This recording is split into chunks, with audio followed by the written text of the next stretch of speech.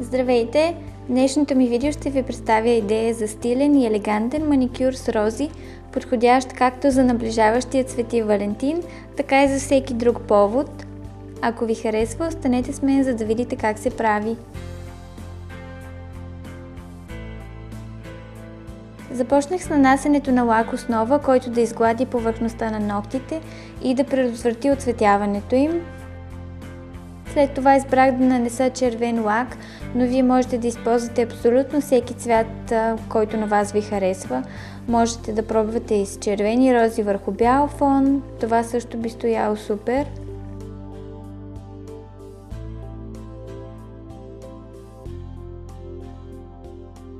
В зависимост от това колко наситен е цвета на лака, който сте избрали, можете да нанесете само един пласт или пък два. Аз в този случай избрах да нанеса два.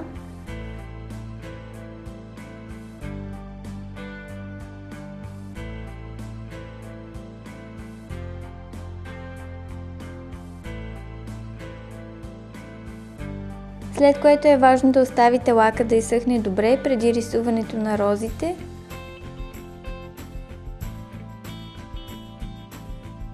За самите рози можете да използвате лак за рисуване с тънка четка, който аз ще използвам в случая, или пък ако имате четка за рисуване и акрилна боя, или пък лак, въобще каквото имате под ръка.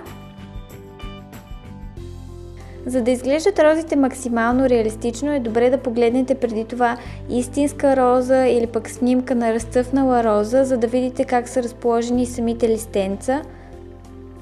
Както виждате, когато са разцъфнали, листенцата не са идеално симетрични, така че и при самото рисуване няма да се налага да сте супер прецизни. За центъра на розата нарисувайте нещо като малка запетайка или дори точица и около нея рисувайте нещо като буквата С, само че е малко по-разтворена и небрежна. Нещо подобно на това, което виждате, че рисувам в момента.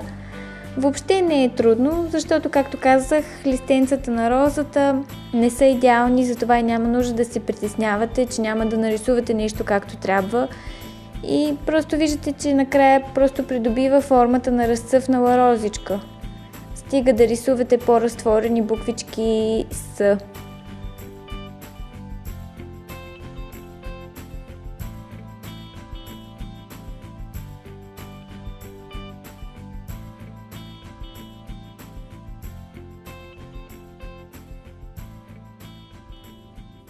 Можете да нарисувате само по една роза на всеки нокът или пък няколко разпръснати по-малки розички, или пък да ги направите като акцент само на един нокът, а останалите да са просто лакирани в червено или пък какъвто друг цвят прецените.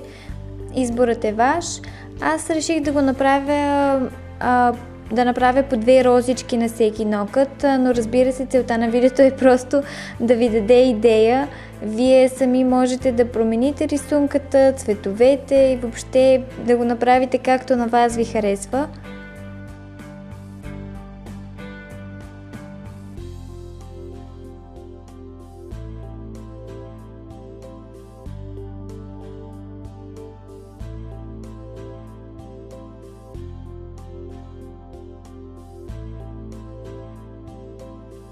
След като нарисувате розите, е много важно да ги оставите да изсъхнат много добре, преди да пристъпите към нанасянето на топ лак, тъй като има опасност да се размажат, ако не са напълно засъхнали.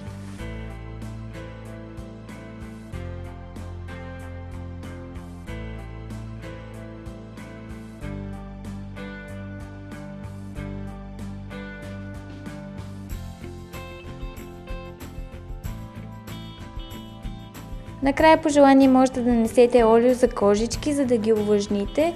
Не е задължително, но според мен всеки маникюр изглежда по-добре, когато кожичките изглеждат добре, почистени, увлажнени. А и специално при мен през зимата кожичките и ръцете ми много се изсушават и затова и винаги нанасям олиото. И това е, маникюрът е готов. Надявам се да ви е вдъхновил да изпробвате нещо подобно. Ако харесвате видеото, споделете го с приятелите си, ако искате, и се абонирайте към каналът ми, за да виждате първи новите ми клипове. Можете да ме намерите и във Facebook или Twitter, за да виждате първи снимки от предстоящите ми клипове или пък да си споделяме, коментираме различни теми, женски трикове и нещица. Това е от мен. Целувки и до скоро!